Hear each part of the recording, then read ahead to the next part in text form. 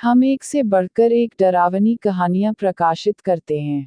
पेश है इसी कड़ी में आज हम मेरे सामने वाली खिड़की में रहती है एक चुड़ैल most haunted place story in Hindi प्रकाशित कर रहे हैं। आशा है आपको ये खबर पसंद आएगी। हेलो फ्रेंड्स, चलिए शुरू करते हैं। लड़की की लाश का भयानक कहर। नए घर में एक अजीब सा मनहूस माहौल था। सब कुछ होते हुए थी ऐसा लगता था जैसे घर वीरान पड़ा हुआ हो। कई बाबाओं से इस बारे में बात की तो उन्होंने बताया कि इस घर में किसी आत्मा का वास है या फिर उस आत्मा की कुछ खास चीज यहाँ दफन है। मुझे तो ये सब बातें कुछ अजीब सी लग रही थी। लेकिन एक दिन कुछ ऐसा हुआ जिससे मेरी आंखें खोल दी और मुझे यकीन हो गया। शाम का समय था। मैं घर पर आराम कर रहा था, तभी एक बड़े से लड़की के संदूक पर रखा पॉट अपने आप गिरकर टूट गया। घर पर रामू भी नहीं था, वो एक हफ्ते की छुट्टी पर गया हुआ था। पॉट का कचरा मुझे ही साफ करना था। जब मैं कचरा साफ कर रहा था तब मुझे लगा कि जैसे उस लड़की के संदूक में कुछ है। उसके अंदर से कुछ आवाजें आ रही थी।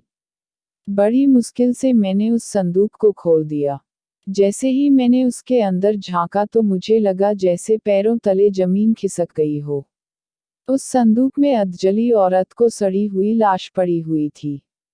ये सब तो ठीक था। मेरे संदूक खोलने के कुछ देर के बाद उस लाश में जान आ गई और वो लाश संदूक से बाहर आ गई।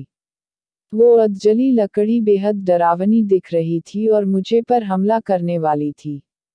मुझे बहुत डर लग रहा था। कुछ भी समझ में नहीं आ रहा था कि क्या करूं। वो अधजली लड़की की लाश मेरे पास आ रही थी। मैं मौका देखते ही उसे कमरे में बंद कर दिया और आध्यात्मिक बाबा को बुला लिया। उन्हें इस बात का पहले से ही अंदाजा हो चुका था। वो पूरी तैयारी के साथ आए हुए थे। जल्दी से उन्होंने अपना काम शुरू कर दिया और बोला कि कमरे का दरवाजा खोल दो। जैसा बाबा से कहा मैंने वैसा ही किया। कमरे के अंदर से चीखने चिल्लाने की आवाज आने लगी।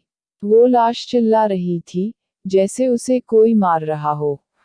इसके बाद बाबा से अपनी शक्तियों से उस अधजली लड़की की लाश को अपने सामने बिठा दिया और उसके शरीर की आत्मा को भगाने लगे।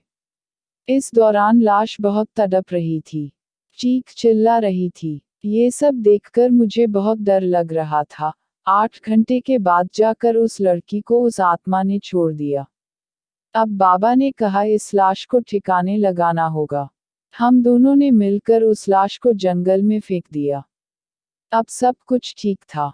मेरा घर भी ठीक हो चुका था और बहुत सुंदर दिखने लगा था।